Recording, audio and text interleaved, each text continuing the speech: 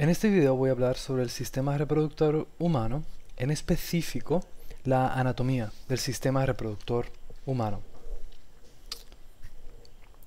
Las gónadas son los órganos que producen las células sexuales. En los machos los espermatozoides, en las hembras los óvulos.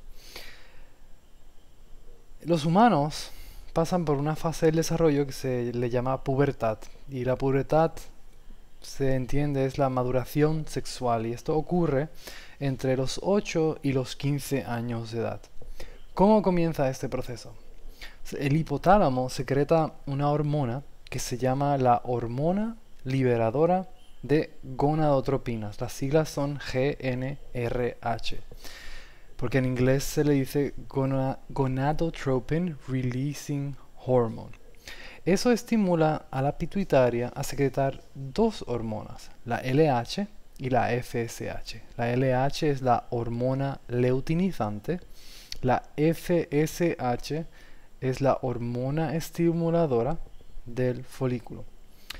Estas hormonas son secretadas en los machos y las hembras y estimulan a los testículos a producir testosterona. Y la testosterona aumenta el tamaño del pene, de los testículos, aumenta la cantidad de vello, aumenta el tamaño de la laringe, induce el cambio de voz en los machos y aumenta el desarrollo muscular.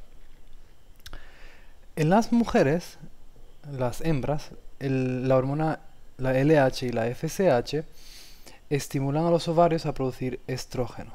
El estrógeno aumenta el tamaño de las mamas, aumenta el vello y induce la menstruación. Muy bien, vamos a hablar de la anatomía del tracto reproductor masculino. Los testículos son las gónadas en los machos, son los órganos que producen los espermatozoides.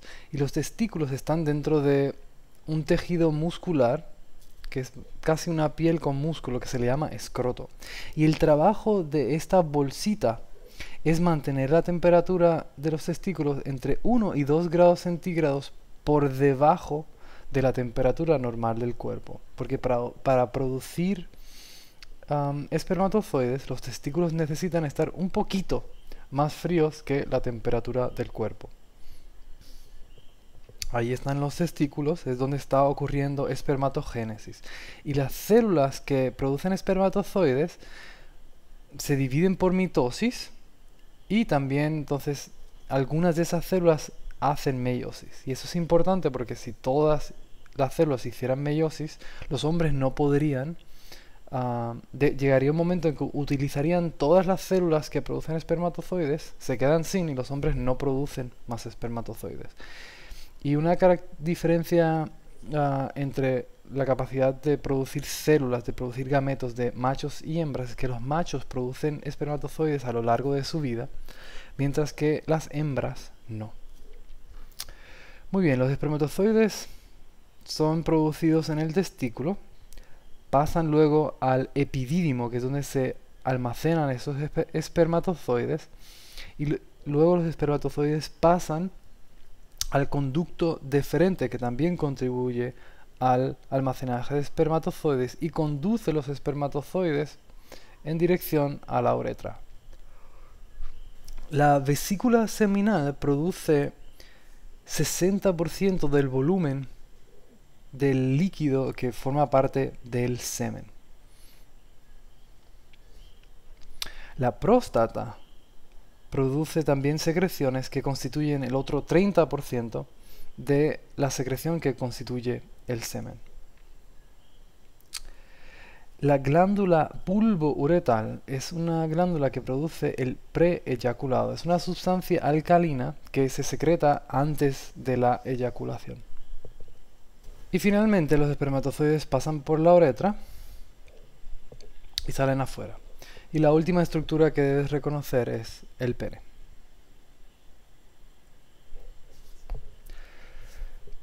Los espermatozoides tienen una anatomía muy especializada. Están diseñados para hacer una cosa: entregar un núcleo y nadar. La primera estructura que debes aprender es el acrosoma. El acrosoma parece como si fuera una especie de casquito en la célula del espermatozoide y contiene enzimas que disuelven capas que rodean al óvulo. Y vamos a hablar más tarde de qué exactamente son esas capas. El núcleo es lo que el espermatozoide tiene que entregar. Esa es la parte que va a entrar finalmente al óvulo para formar el cigoto. Como el espermatozoide tiene que nadar, necesita energía. Nadar consume energía. Y el espermatozoide tiene un montón de mitocondrias alineadas en la base del flagelo para suplirle energía al flagelo, que es el que se encarga de mover el espermatozoide unidireccionalmente. Entonces, ¿qué constituye el semen? Que es la parte que contribuye el hombre durante el coito. 60% del semen son espermatozoides, líquido, fructosa y prostaglandinas. La fructosa es una sustancia alimenticia para los espermatozoides. Las prostaglandinas son una secreción de efecto local que estimulan contracciones uterinas. Esta secreción tiene un pH alcalino y si recuerdas anteriormente te dije que la glándula bulbouretal también secreta una secreción alcalina. ¿Por qué el énfasis en el pH alcalino? Es que la orina es ácida. Entonces, en el caso de la glándula bulbouretal, ese preeyaculado neutraliza la acidez de la orina. En este caso, el semen va a acabar dentro de la vagina de la mujer, la cual tiene un pH acídico. Y este pH alcalino ayuda a neutralizar la acidez de la vagina. El otro 30% del líquido que constituye el semen lo secreta la próstata. Es rico en nutrimentos, de nuevo, comida para los espermatozoides, y tiene unas enzimas que aumentan la fluidez del líquido. Inicialmente el semen es bien espeso, y las enzimas que aumentan la fluidez del líquido hacen que el semen se vuelva menos espeso, y eso permite que los espermatozoides puedan moverse con más libertad.